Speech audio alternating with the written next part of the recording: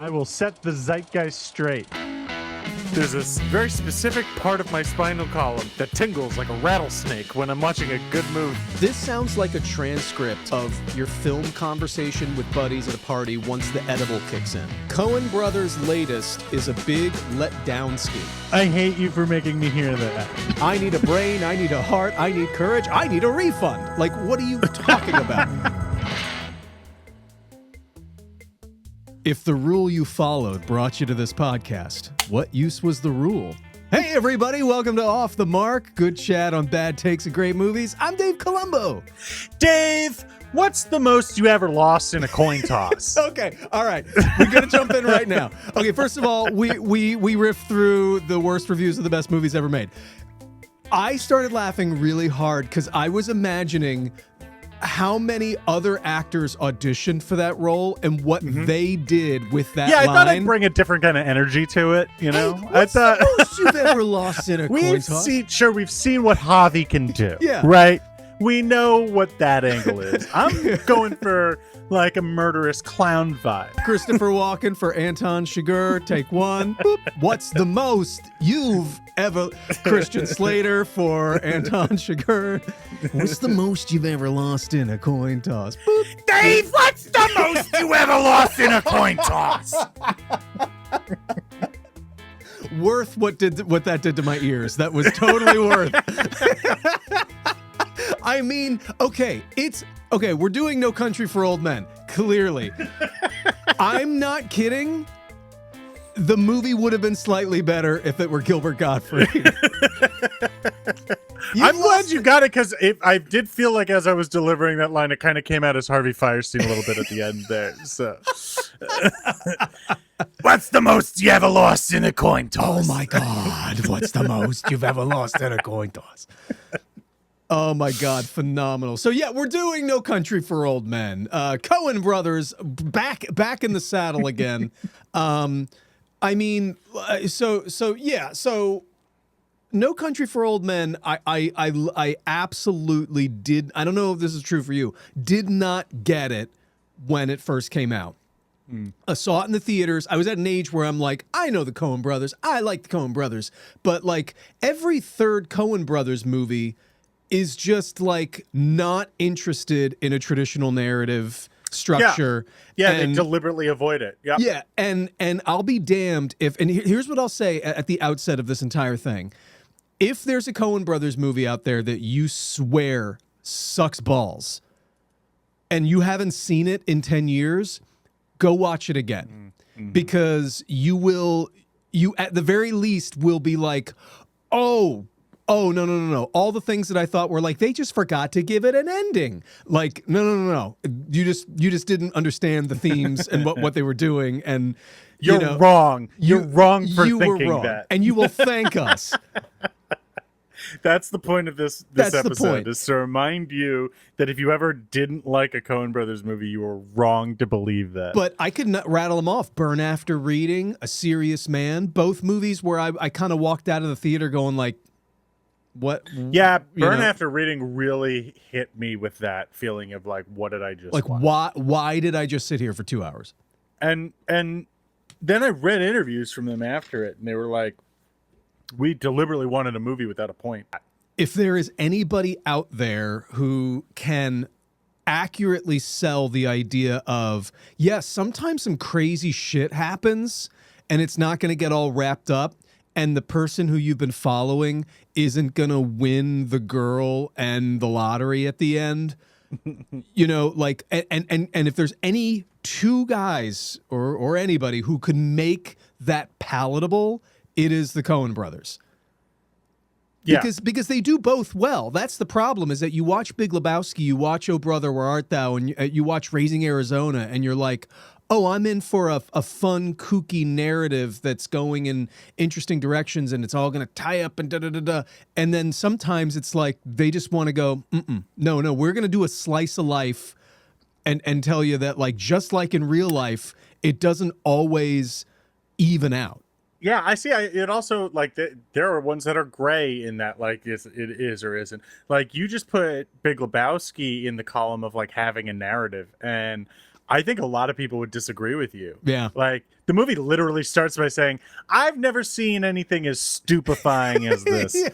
Yeah. Things just happen, and then the movie kind of just ends. And that it is that in that movie, for whatever reason, I love it about that movie. Burn After Reading perplexed me. Sorry, none of these are movies we were here to talk about. No Country for Old Men has a very kind of what were we doing here? I see that, but at the same time, I got a lot of narrative out of it, having watched it just recently, and like I felt like there is a strong story. It's just a slow burn of a movie. Like, it's just very kind of low key. It doesn't like this was 15 years ago, something like that, more, when this came out. I don't remember the ads for it on TV or like coming attractions for in other movies, but I was watching it the last time I just watched it, trying to think of like, how do I advertise this movie? How do I sell this to someone?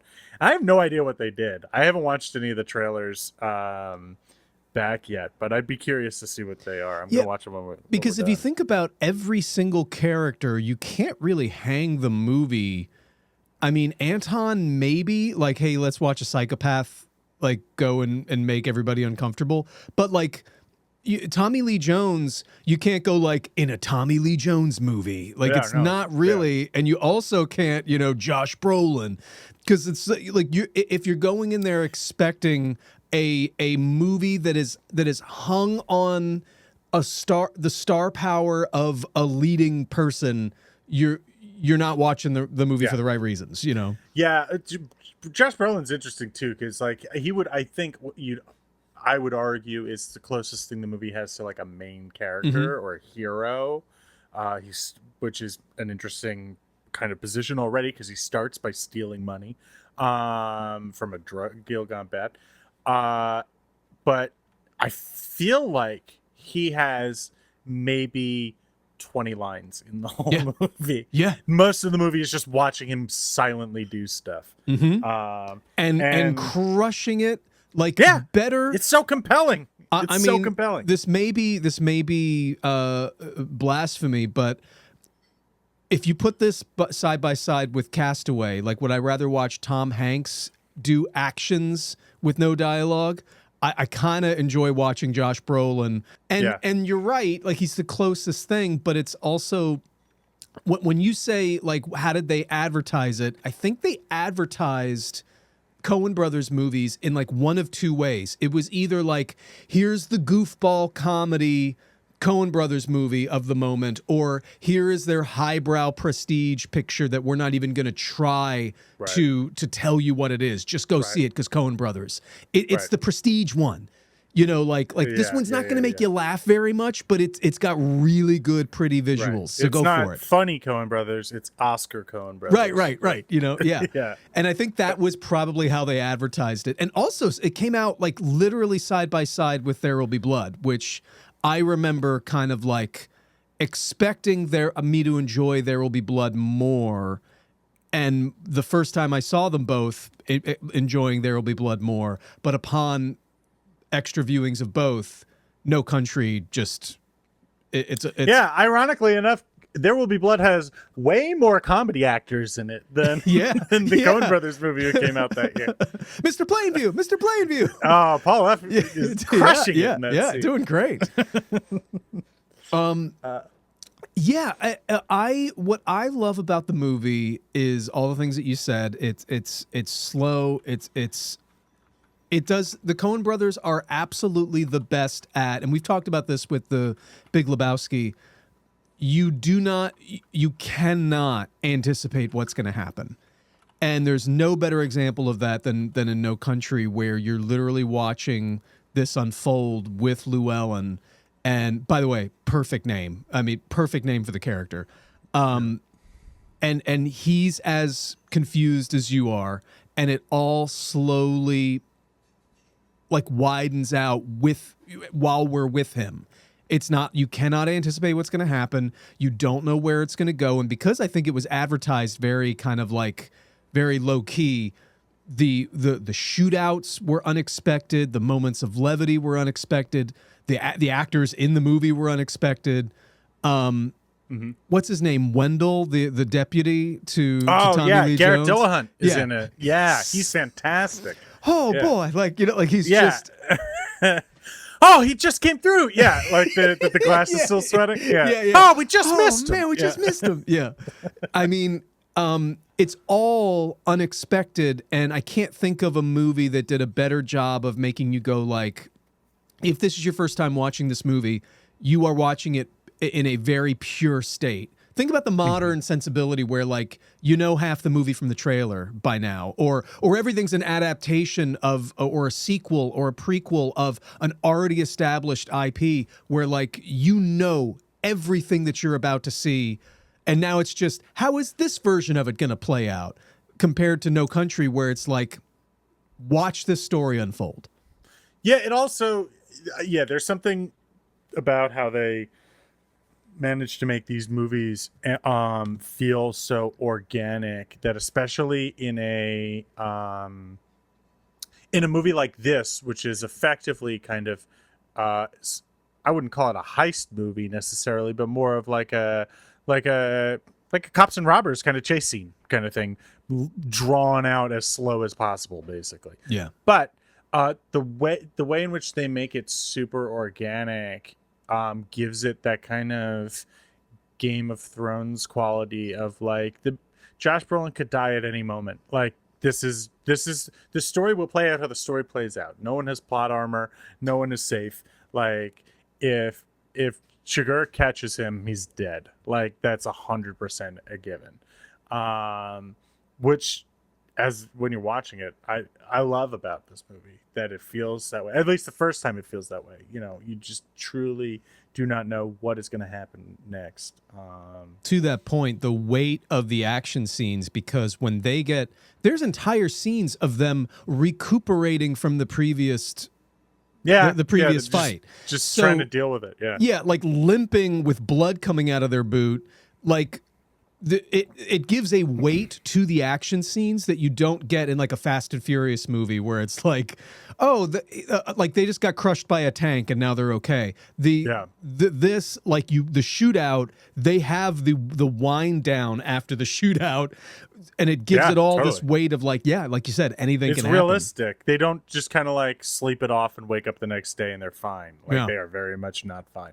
Actually, fun behind the scenes thing I had read somewhere that Josh Brolin got into a motorcycle accident right before this movie was to be shot, and he broke his shoulder. And he said he remembers as he was hurtling through the air, the only thought he had was, "Oh man, I really wanted to work with Joel and Ethan." And then they told him like, we can just shoot all the stuff where you have a fucked up shoulder early on, and like we'll make it work. Like your character has that thing too, so right.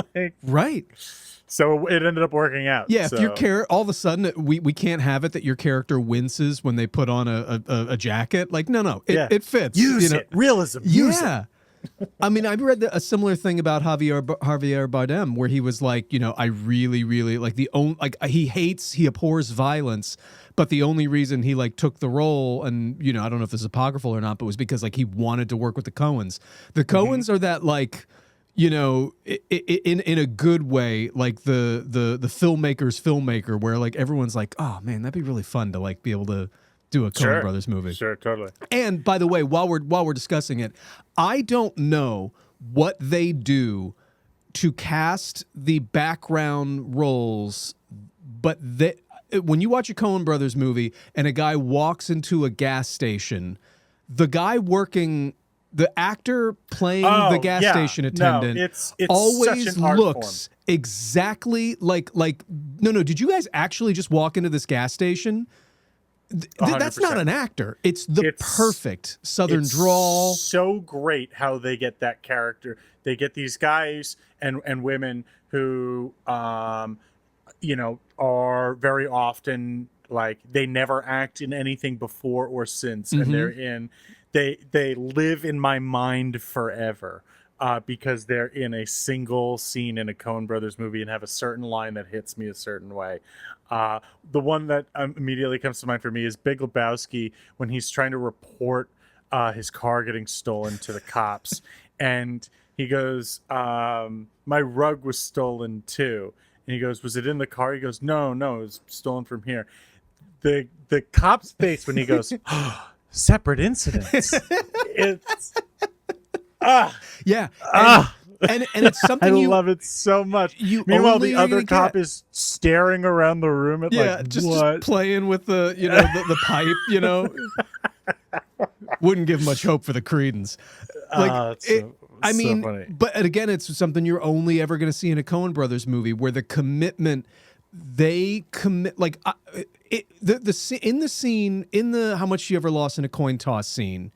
That's Javier Bardem with a bit part, actor. It looks like they did scene work and beat work together for 6 months to get that scene. Oh, it's so nice. Yeah, it's so great. The subtlety when Anton notices that, like, oh man, you married into it. Like the subtle shift in the psychopath to like I pity you. Yeah. And like, now I gotta kill you. It's amazing. That's such a great scene. That sticks out to me. Those kinds of little one-offs stick out to me so much. But they get the perfect character for that in every situation. Mm-hmm. Same with the motel clerk when Josh Brolin's checking in and she just fundamentally does not understand what he's trying to do. And he's going, he's like, "I'd like another room." She's like, "Are you looking to change rooms?" He's like, "No, an additional room." Yeah. And he's like, "I want that room." And she's like, "The room next to you is open." It's like, just give me the room I want. I love it. It's such a great little scene. But yeah, the way they cast those parts, I don't know what their technique is, like you said. It's perfect. They're so, those people are always the perfect person for that. And let me just say, if you are somebody listening to this and you've seen Coen Brothers movies and you think that the Southern character in a Coen Brothers movie is always a little broad, I would ask you to go to Middle America. I would ask you to literally go to Alabama, and walk into an antique store. And you overpowered Alabama.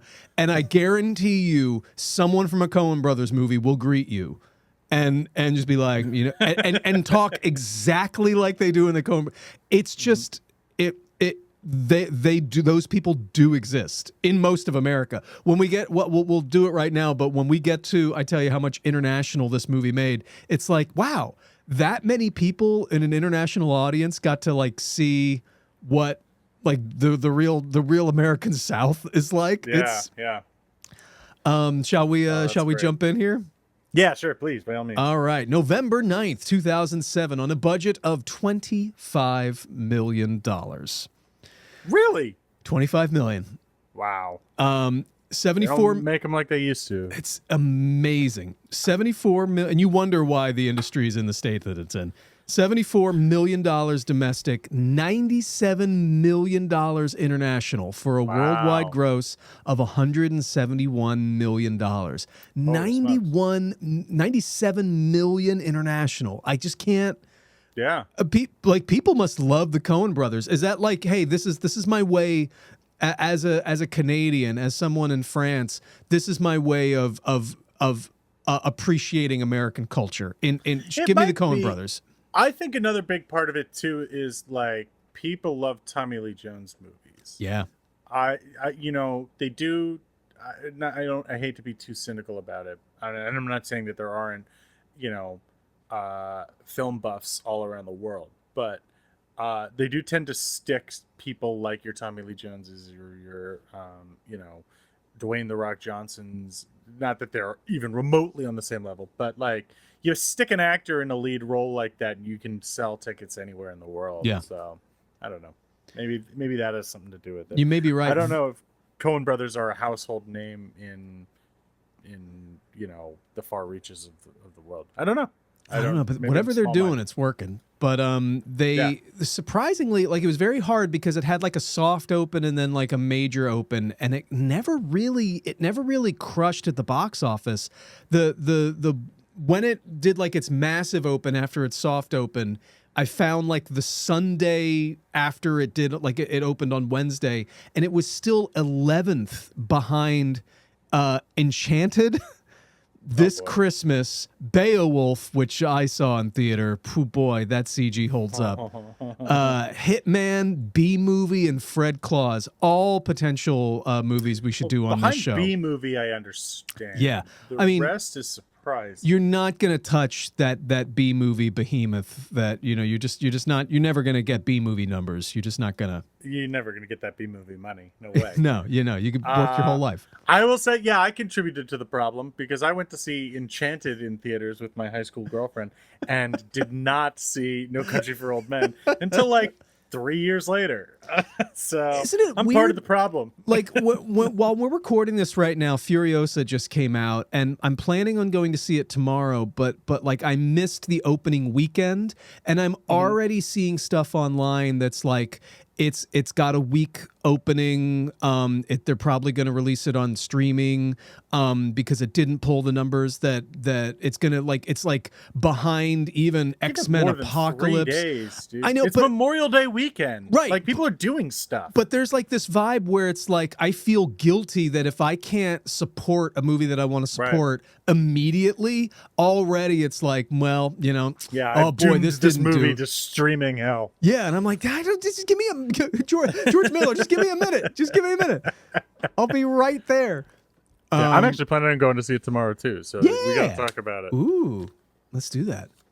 I'm a huge fan of the last one. Fury Road is one of my favorite movies. I mean, we should do it for the show because it's. I remember very, very vividly, like, kind of walking out of the movie going like, I think I just saw one of the greatest things. Did we go see it together? I think we did. I think we may have gone a second time. I went with a girlfriend and we got locked in. We got locked in the theater because there was a bomb scare. So that kind of, I was already awkward. It's a memorable and movie experience for you. Okay, fair enough.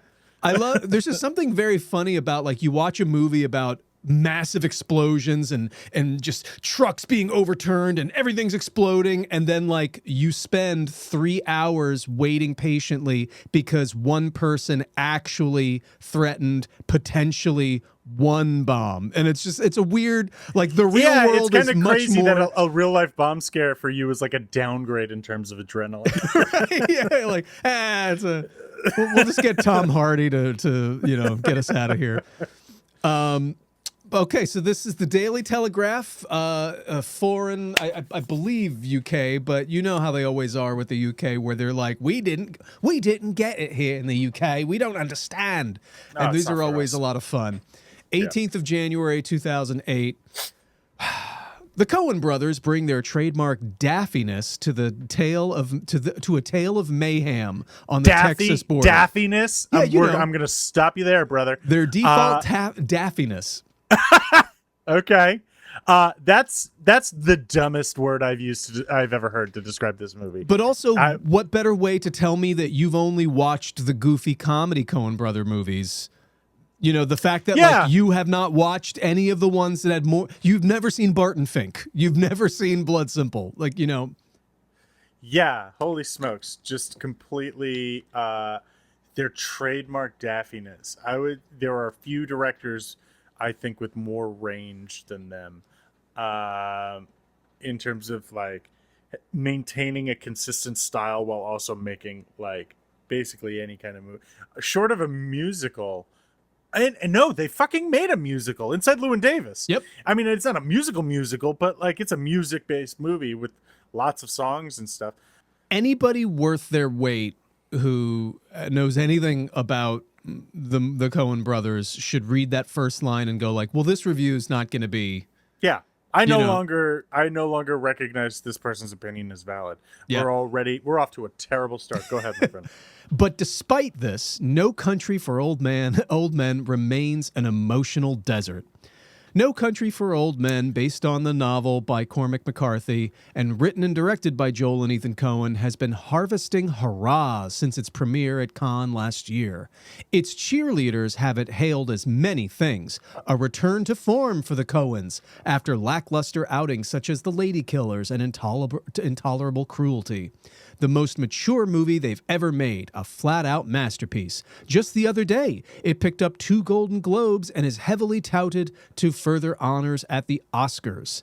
By the way, we should say that it won Best Picture of the Year at the Oscars. It won Best Performance by an Actor in a Supporting Role for Javier Bardem. It won Best Directing for the Cohen Brothers. It won Best Writing for an Adapted Screenplay. And it won Best Achievement in Cinematography. That's not including what it was nominated for. Didn't was it? No, sorry. It was nominated for editing, right? Yeah. Because I'm sorry. It was nominated for cinematography. I don't think it won. It didn't. Okay. Deakins didn't Because I win. do know that Joel and Ethan Cohen do their own editing. It was also nominated for achievement in film editing. It was nominated for sound mixing and sound editing as well. Yeah, I read somewhere that like they are concerned. They're worried. This is how you know how amazing of a filmmaker they are. They're worried they're gonna win an Oscar for editing because they. Yeah. Because for like, I guess SAG reasons or some union rules, they can't be like, they use a pen name for their editing, even though they edit it themselves. Mm-hmm. And after the thing with Brando, no one is now allowed to accept Oscars on someone else's behalf. So there's no one to accept the Oscar for them as this fake editor. If they were to win. Thanks a lot, Brando. Yeah, thank you, Brando. But yeah, this movie destroyed. I also would like to take a moment to shout out that little sentence there about calling it an emotional desert, because the writer wanted us to notice that. The minute he or she wrote that, they went, "Oh yeah, that stays in." Oh yeah. Oh God, I'm good at my job. I didn't feel anything from this movie, and it's also like about a barren wasteland. Oh my God. Whoa. Honey, I got it. Bardem is the film's dark star, its malevolent center. Bardem is a great actor, and this might have been a role for him to feast on. His voice is as deep as a desert valley. His nostrils flare so wildly they could hoover up kilos of Bolivian marching powder. Wow. What the fuck? His muscled self-possession is utterly absorbing. So why do the Coens choose to deck him with a haircut of the kind worn by sexually ambiguous prison wardens on Australian soaps? or lower division goalkeepers of the early 1970s? Well, that's a there's bit your answer. niche. There's your answer. It's set in the 70s, isn't it? It's 1980. 80. Yeah. Okay. Yeah. This is so specific. Like you, okay, so the fact that you needed to go to such niche lengths to communicate what his hairstyle looks like should tell you that not everybody is also going to understand those obscure references. I'm also curious, if anyone has one, please let us know. I'm curious if a haircut has ever actually been so bad that a performance like Javier Bardem's in this movie becomes invalidated. Like, is there any choice so bad that a truly great performance doesn't make you go like, he's going for something, right? Like, I mean, but it's the Cohen brothers. I mean, okay, first of all, open a yearbook from 1980. You're gonna see somebody with that hair. Oh, 100%. 100%. So first of all, like that does exist. Second of all, it's a Cohen Brothers movie. You can nobody is going like, well, I can't enjoy the movie now. That was a choice that like a choice was made that I just can't follow. Yeah. I also before I understood the first time I watched the movie, I had already seen Javier Bardem's character. Like I knew what he looked like. And I remember to myself thinking, well, this is a Coen Brothers movie, so they're doing something with this. Turns out the answer was way more mundane than I thought it was, which is just it's a period piece. It's set in the 80s. Yeah. Like that is an appropriate hairstyle for that point in time. But I also would have totally bought it being set like today. Well, that's the great part about this movie. It is kind of timeless. But I could have believed it was set like today, and the answer was as simple as something like Anton Chigurh saying like, "My hair is efficient."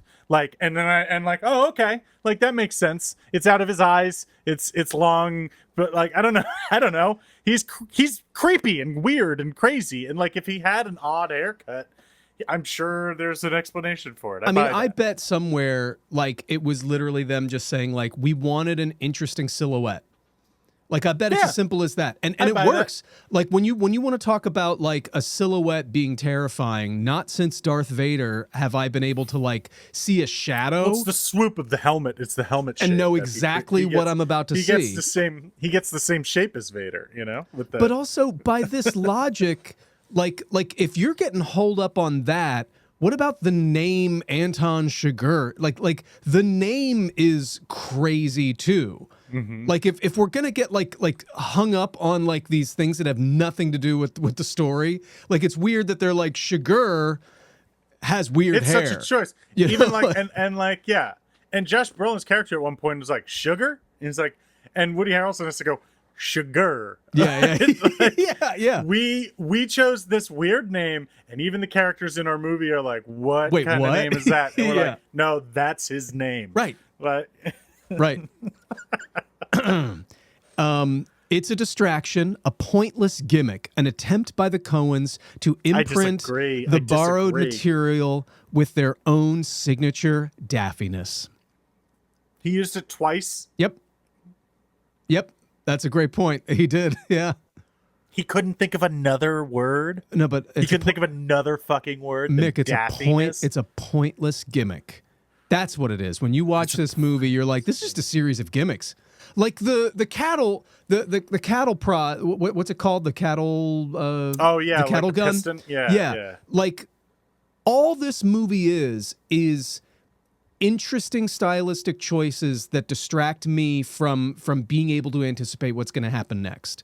Like I hate to repeat myself, but the idea of like the modern movies all being an adaptation, a sequel, part of a known intellectual property.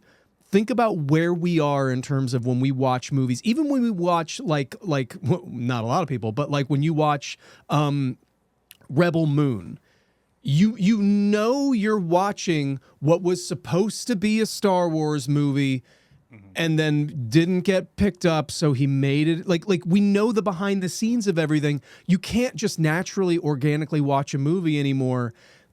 Now go back to No Country for Old Men, where he's walking around with this cattle gun with the air pressure, with that hair, and he's just killed a cop who pulled him over. You don't know what this guy's capable of, what he's going to do, how far he's going to go. It is a genuine filmmaking experience that we're just not going to ever get again.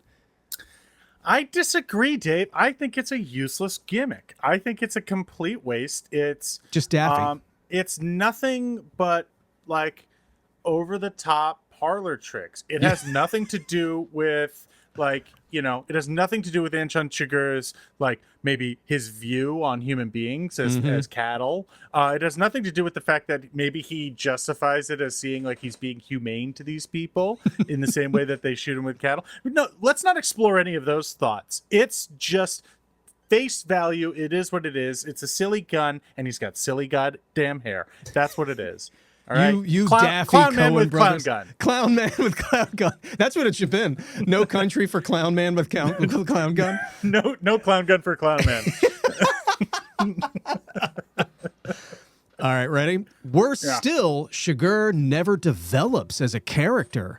The Coens have never been renowned for their ability to mine the human soul, but with material as strong as this, one would think they could do better than impute impute to him a sprawling inscrutability, a mystery that is merely pathological. That was the point. That's the fucking point. He is a force of nature. Yeah, he's a constant. Yeah. No, he didn't have a beginning, middle, and end. He didn't realize. Like, why didn't my villain, which is supposed to be an evil so dark that the opening monologue cannot describe it. He's saying like it changes you when you come face to face with a certain type of evil. Like, why didn't that person experience any growth? That's what I'd like to know. Why didn't he get to the end of the movie going, why am I killing people?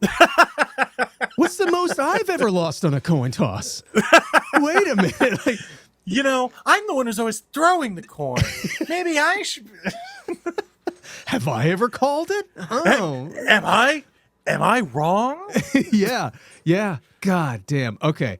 Here we go. There's constants and variables. Why no growth for Anton Chigurh has to be the dumbest fucking take I've ever heard. Because he is evil. He is a constant in this world. Yeah. He is a fixed point.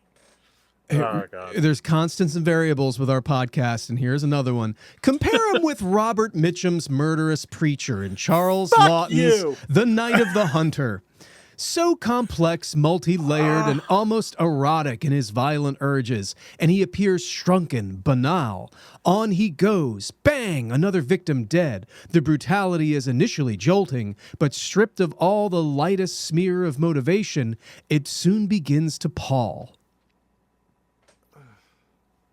For those of you who had reference to more obscure movie on your bingo cards, feel free to scratch it off.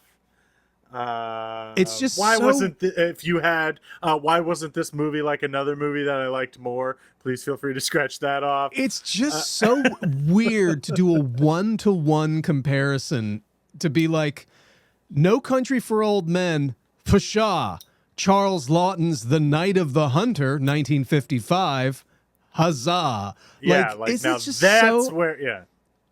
Oh my God. It's also, it should be noted, and I don't think that I don't think I can overstate this.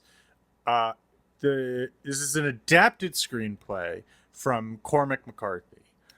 I would argue, I think that there's an argument to be made as one of the greatest American writers of at least of the last century, if not of all time. That's what the character is. That's what the character calls for. The movie doesn't make Anton Chigurh give him a static arc simply because it works for the movie. They were adapting a novel into a movie, and that is what the character is.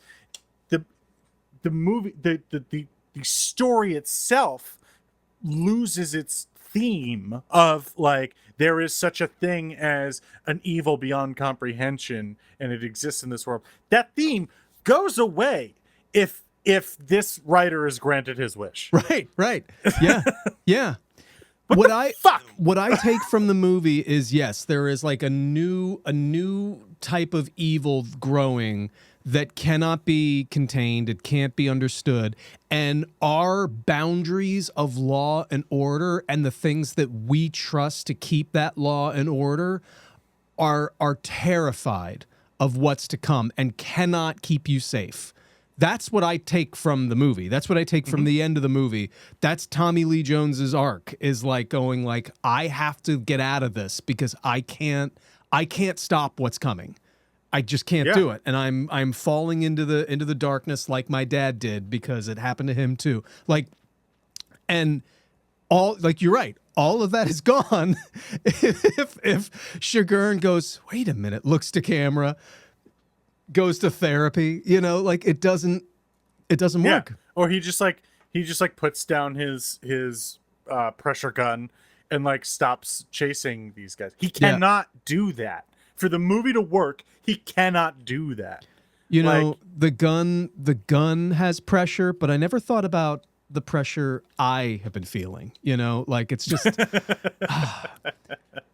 They make one pine for the gleeful bloodlust of a Tarantino or Eli Roth. Both those directors are more honest about wanting to give their audience kicks. What the honesty? Yeah. You think those movies are more honest than a Coen Brothers? Well, Tarantino, they're more honest about wanting to give their audience kicks. I guess it's like if you're gonna go in like a crazy stylized direction, it better be gunning down Hitler in a fake counter reality. You know, a swastika into somebody's head. Yeah. Yeah, you got to go that far. Otherwise, what's the point? I guess. Listen, everyone can say whatever the hell they want about Eli Roth. I don't really care too much for any of his movies. But I do happen to like Quentin Tarantino movies from time to time when the mood strikes. They're fantastic. I do not think that his movies are the only way to do anything. I that's such a weird comparison. Yeah. Coen Brothers and Quentin Tarantino, I feel like they're speaking different languages, those movies. Like 100%. Like if I saw a Tarantino version of No Country for Old Men, it's going in a completely different. It's going to be Tarantino-fied. You know, it's going to be yeah. It's like why would you eat pizza tonight when you know that there's a really great sushi restaurant down the corner? Mm-hmm. It's like that's not. What are you talking about? It's not what was done.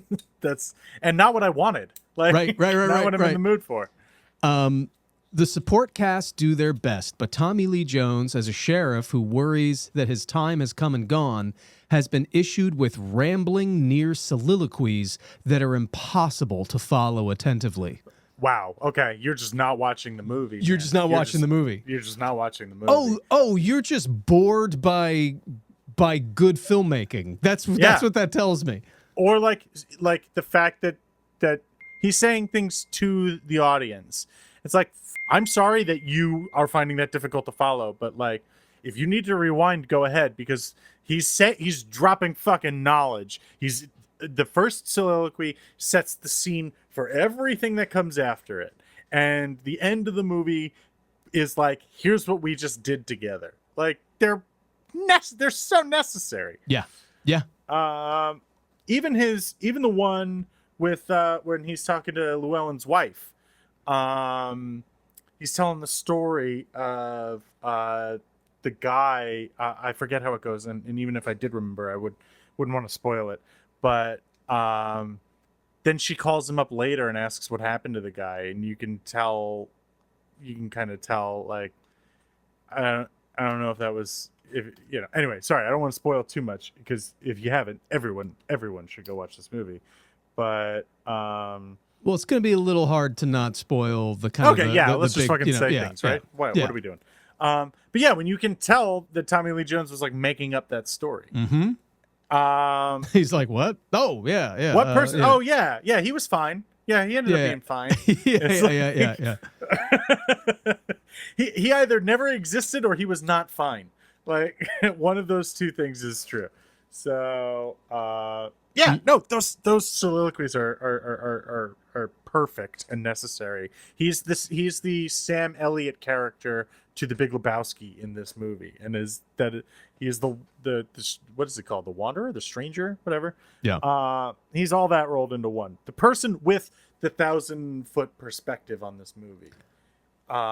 So how dare you? How dare you? Just how dare you? That's all I've got. How dare you? So now I need you to get your chair throwing arm ready. Just get it moving right now for this next sentence right here. Of course, McCarthy is a notorious wordslinger whose dense prose can't easily be translated on a screen, but the Coens aren't interested in the meaning of language, only its rhythms and tempos. Fuck off. The Coens aren't interested in the meaning of language.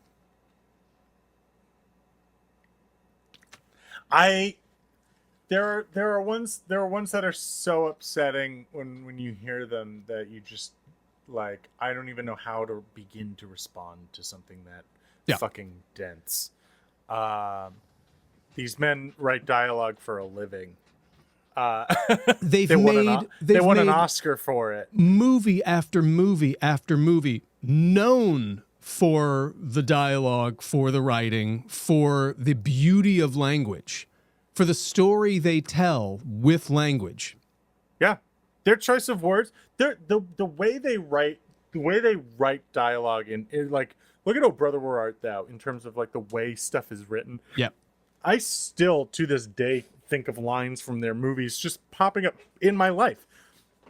Like whenever I'm feeling hungry and like food is an option, I think of that scene in "Oh Brother Where Art Thou" where he go oh god, I think it's Gentaturo says it, where he says, "You want some rat, Gilbert?" And he says, "I don't think so, boys.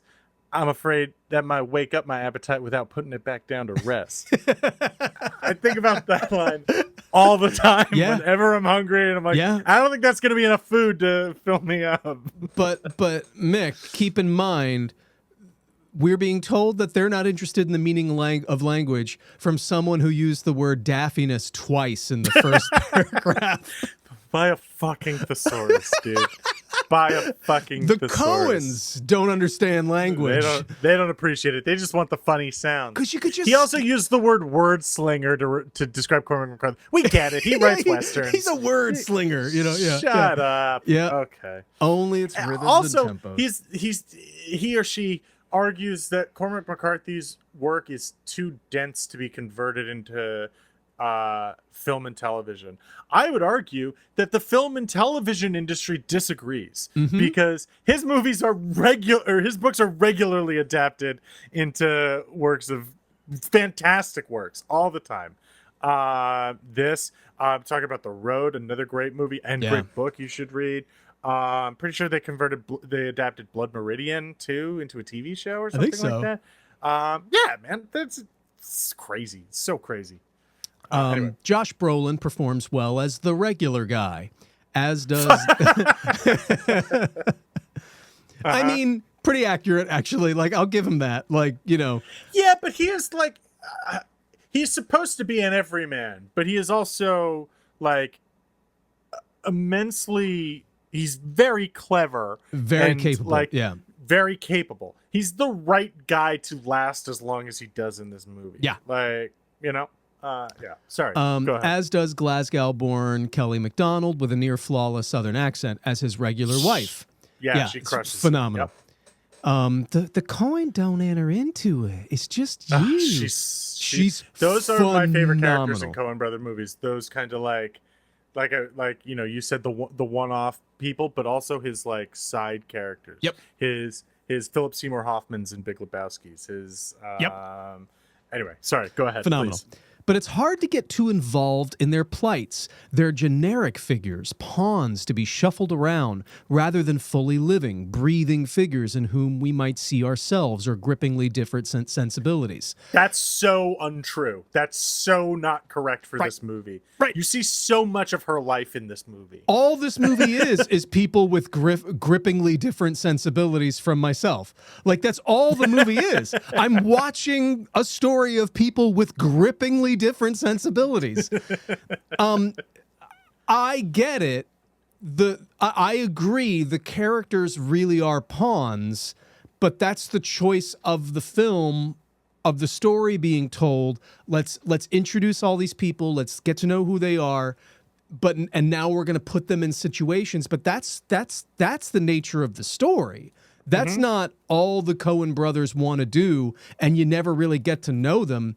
You get to know, I mean, think about how much you get to know Llewellyn with no dialogue. Yeah, virtually no dialogue, yeah. You learn a lot about that guy. You also, you learn a lot about his wife. Like throughout, I very much push back on the statement that you don't like really get to know her or see what motivates her. She is constantly talking about her mother, right? Yeah. and then you meet her mother and you get it. Yeah, like it's exactly who you imagine in your head. It's exactly who Yep. it was. Yep. And then she has that sit down scene with Anton, and you realize she like it's just a pure innocent who's been caught in this situation. I mean, it's what story writing is, which is like from a like freeform narrative standpoint, it's you character based. You create these characters and you give them their motivations and you fully flesh them out. You've thought through what they would do, or like what motivates them, and then you put them in a situation and you see what they would do. That's what a character study movie is. The narrative is looser, but that doesn't mean that they're not three-dimensional. Like, well, look at that last scene with Anton with I can't remember her name, but the wife. She goes from, Llewellyn, where you going? Llewellyn, what you doing? Llewellyn, when you coming back? Like having no action whatsoever, no agency, to being the one person who calls Anton out for the bullshit that he is spewing, who gets it and finds and like she may die for it, but she's like the one who goes, there's no coin. It's not about the coin. It's about you. About the coin. This is you. Own up to what you're doing. And that is like a beautiful arc. Mm-hmm. And the fact that he walks out and looks at his boots, but we don't see the killing if it happens, but he is checking his boots. If it didn't, it's an interesting. I love that scene, and it's so great that it's her who calls him out, because she is kind of the one person in this story who didn't choose to be a part of it. Right. Everybody else is like they have a reason for getting involved. Mostly it's money. Your Woody Harrelson's, even your Stephen Root character, who's phenomenal. Again, an unsung Coen brother hero. I mean, one of the greatest actors I've ever seen. Just in phenomenal. Everything. Yeah. I feel like Stephen Root is the Fleetwood Mac of actors, where like once you see all the things that he's done, everyone's like, oh, he's in that. Oh, he's in that. Oh, he's in that.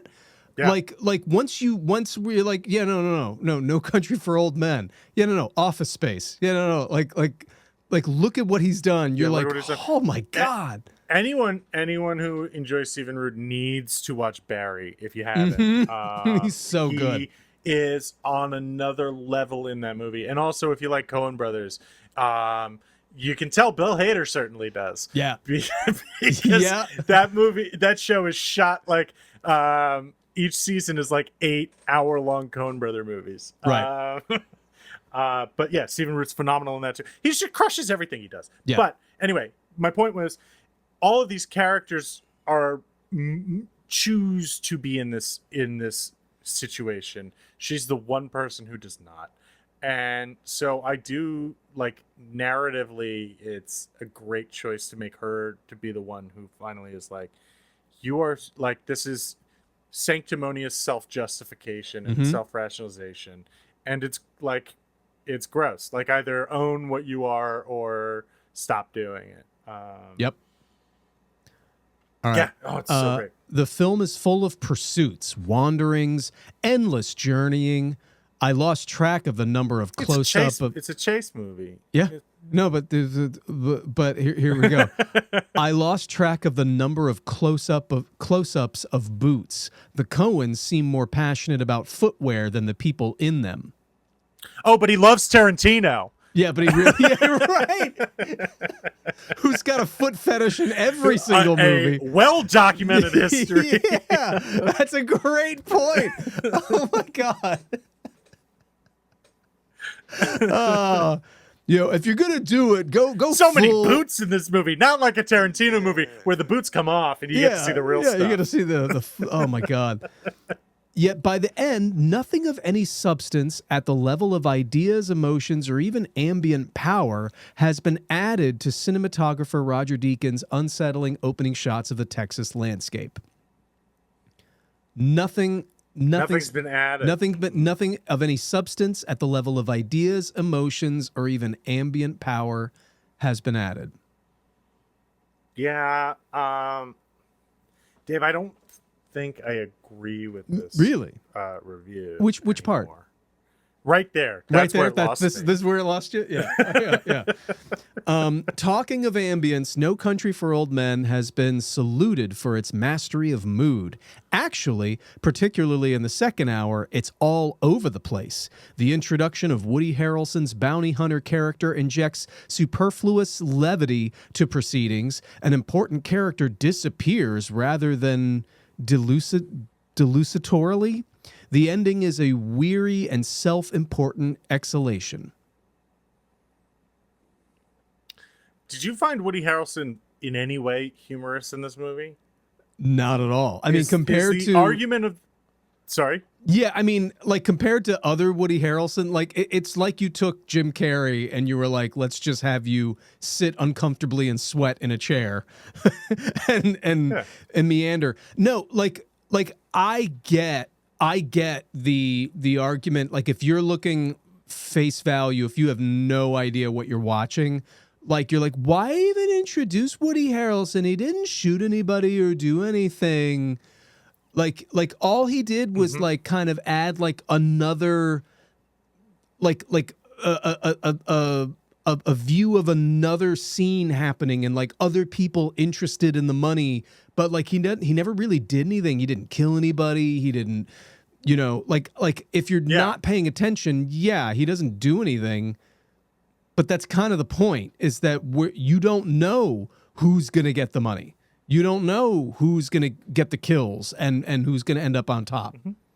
Also, my thought here is just, first off, Woody Harrelson is not funny in this movie. No. So when this writer says he's like, he says something to the effect of like he's Superfluous thrown levity. in for levity. Yeah. That's just, this writer goes, ha, that's Woody Harrelson. Yeah. I love Cheers. I see a person I know from a comedy thing I once watched. He must therefore be funny here. Like, no, he's not. Which is fine.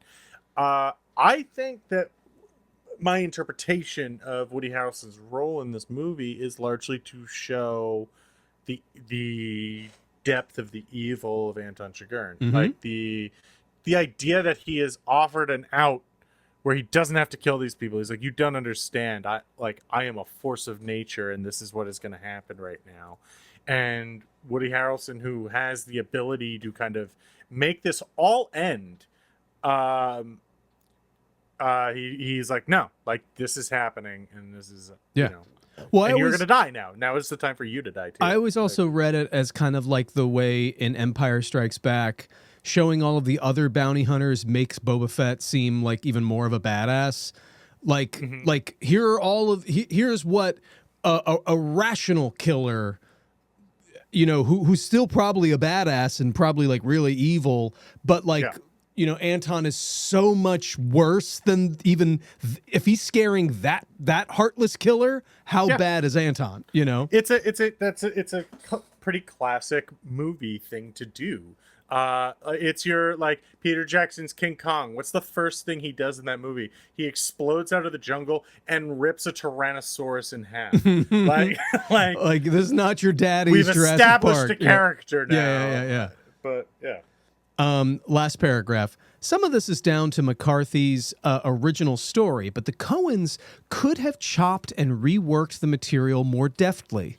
The film, yeah. You know what you should do with Cormac McCarthy's work is fundamentally structurally change it. Chop it up. Let's really take a hack job to Cormac McCarthy's work. The film may be more chilled and less antic than their best-known works, but fundamentally it is the same soulless, shaggy dog caper decked out with pseudo-profundities in which they have always specialized. Is it a masterpiece? Not even close. Oh, shut the fuck up.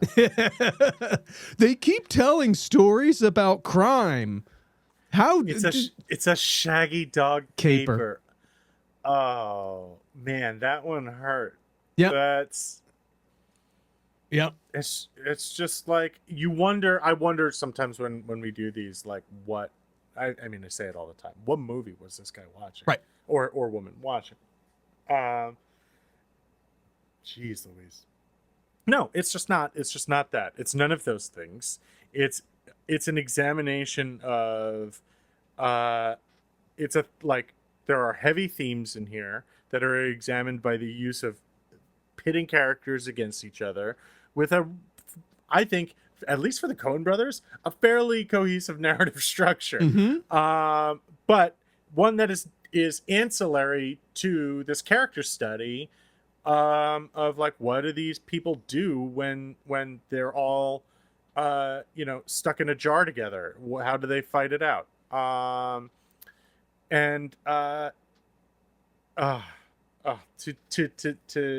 To diminish it like that just is gross. Side note, just kind of to your point, the something that I think goes kind of by the wayside that, like, needs to be acknowledged about this movie is the dead bodies, dried blood, and bullet hole, like the work on setting and costumes to make, like, a drug bust gone wrong, a shootout that happened hours and hours and hours ago, bloated faces with flies. Like, it's I've never seen a movie that captures the realism of something like that better.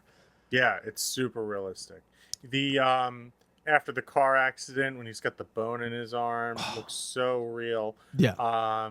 The cleaning up in the motel after he gets shot in the leg, after Anton gets shot, so realistic looking. All of the special effects in this are awesome. Yeah. Just awesome. Yeah. That just blows my mind. That like he saved this for the end to be like, this is all the Coen brothers do. Like, this is the big flourish. Like, you would mention, if this was actually an argument that you wanted to make, you would have mentioned this long ago. Like, the Coen brothers really need to, like, just tell a different story, which they do all the time. But I'm sorry, if you for the end till the end of time, if you tell me the Coen brothers have a new movie out about, like, down on his luck, normal dude finds money, I'm gonna keep going to see that movie. I'd be like, what do you mean, The Big Lebowski? Or, right. like Fargo, like it's a great start to a lot of great movies. Yeah. And they will knock it out of the park. And the movies themselves are all so insanely different that that is not a problem. Yeah, shit. I'm just so depressed that they let people like this publish reviews. Yeah. I respect it. I've always said this, and I'll say it again. I respect it if a movie is not to your taste. But I think that there needs to be, like, even if you're not a fan of a movie like this, just a recognition, or at least a thing of, like, this is what they're going for. I don't like these kinds of movies, and they're not for me. If they're for you, go ahead. To say this is a bad movie because just for all the wrong reasons. Sorry. You're right. It's like I'm trying to, like, I have like 900 reasons why I'm upset with this review right now. A big one for me, like, and we've talked about this in the past, but, like, this is a very big example of the work the critic did does not come close to the work the filmmakers did. Yeah. And yet the critic is trying to imply we both have a job, we're both doing it. Yeah, I'm better at what I do than the Coen brothers are at what they do, and it could not be. It's night and day. Who's better? Like you said, Daphnis twice. Like, well, he did manage to sneak in Word Slinger, so he's got that going. Yeah, it's true. Yeah, no, just blew my mind. Yeah. Oh man. Wow, what an atrocious review. You still, I mean, you still a mark for No Country for Old Men then. Yeah, I still think that this is a phenomenal movie that Anyone who wants to understand tension and character development and theme needs to watch 100%. Oh, I'm so mad at that one. I'm so mad. Well, you can't spell Cormac McCarthy without hack. Dude, I need to go like take a lap and like yell at a wall or something. Jesus Christ. All right, time for the best part of the show. 2 reviews and a lie. I am about to read my friend Mick here 3 one-star user reviews for No Country for Old Men. 2 are real. One of them I made up. If Mick can guess which one I made up, I will copy and paste that review that I faked onto Rotten Tomatoes with my name attached as a review from me about the movie. I'm so excited. This is you and not me. I'm so excited. This is you and not me. So guess which one of these I made. Ready? Review number 1. Yeah. I love Woody Harrelson, but there is no reason for him to be in this film. He just sits there and then dies. Sorry, but it's true. I like this part. This is also the first Tommy Lee Jones movie to make me say no thank you.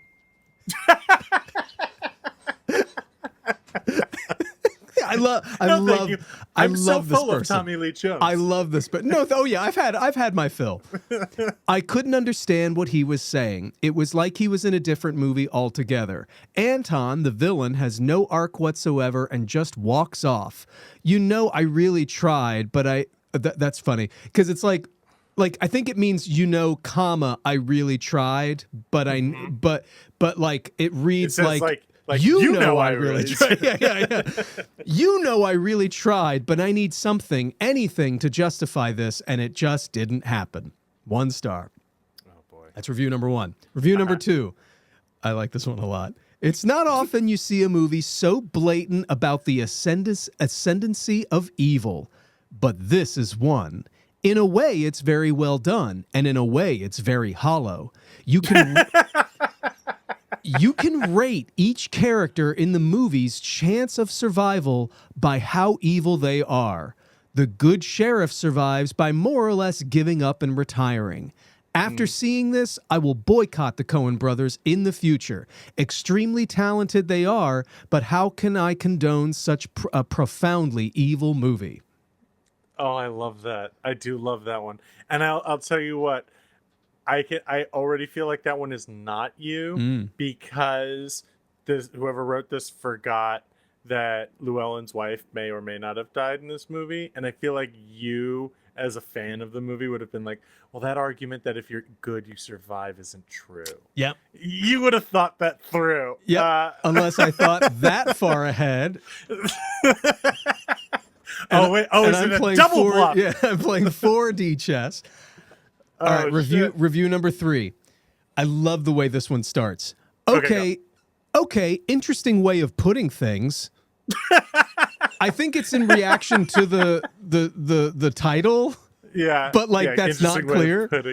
Okay, interesting way of putting things. Won the Oscar, but I don't think it deserves it. Too many things unsolved, and so many emphasis on some things that will have an end but won't be shown completely. Seriously, Tommy Lee Jones barely shows in the movie. The protagonist kind of gives us good times at some point but disappoints us later. Definitely not the best picture. Music ? Actors not the best choice. Interesting at first but totally disappointing at the end. I do agree that Josh Brolin does give us good times. Yes, at some point, but disappoints us later. He does disappoint us later. And if I'm honest, I do have to agree, definitely not the best picture. Music ? Actors, Music? Not the best choice. Interesting at first, but totally disappointing at the end. Yeah, oh boy. That's review number 3. Oh man. I'll tell you what. You've outdone yourself on this one, Davey. I think they're all 3 very different styles. Yeah. Interesting way to put things. If only this review that we read had started that way. Interesting way of putting things. I'm gonna say I think you wrote the first one. Is that final answer? Yeah. Ooh, I'm so sorry. No! Which one? To myself, because I have to put that on Rotten Tomatoes now. Yeah! Yeah! Shit. He shoots, he scores. Hell yeah. Damn it. Dude. Oh, enjoy your review. Can I tell you what did it? Just so that so you know? Yeah. It was the last sentence. I want something, anything. I was like, oh, that's written by someone who knows how to write things. Fair. I like that. I was like, the first Tommy Lee Jones movie to make me say, no, thank you. No, thank you. That really was pretty great. Ah, shit. That and then doing the deliberate missing comma in Yeah. I really tried. But yeah, I love the second one because it's all about like I'm just a good Christian who can't abide. Yeah, there's too much evil in this movie for me to recommend it. It's not an endorsement of evil, you weirdo. It's, right. It's not a story about like evil triumphs and that's a good thing.